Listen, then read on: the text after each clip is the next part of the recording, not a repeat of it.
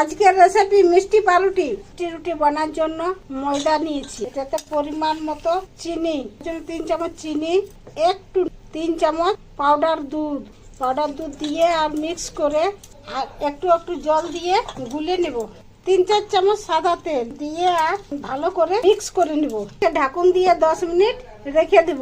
10 minute পর ঢাকুনটা খুলে নিচ্ছি, চামচ কফি পাউডার দিয়ে দিচ্ছি, ইনো দিয়ে ভালো করে মিক্স করে দেবো। 3টা বাটি নিয়েছি, এই 3টা বাটির মধ্যে একটু করে তেল লাগাই দেবো। এটাকে আবার ফেটে নিয়ে বাটির মধ্যে দিয়ে দিচ্ছি, অর্ধেক করে দিচ্ছি। কড়াইয়ে জলটা ফুটছে, এর উপর একটা থালা দিয়ে তারপর বাটিয়ে যে ব্যাটারটা ঢেলে নিয়েছি সেটা এটার উপর বসান দিয়ে ঢাকুন দিয়ে 1 ঘন্টা পরে কোনটা খুলে নিচ্ছি, যে কিশমিশ কাজু দিয়ে দিচ্ছি।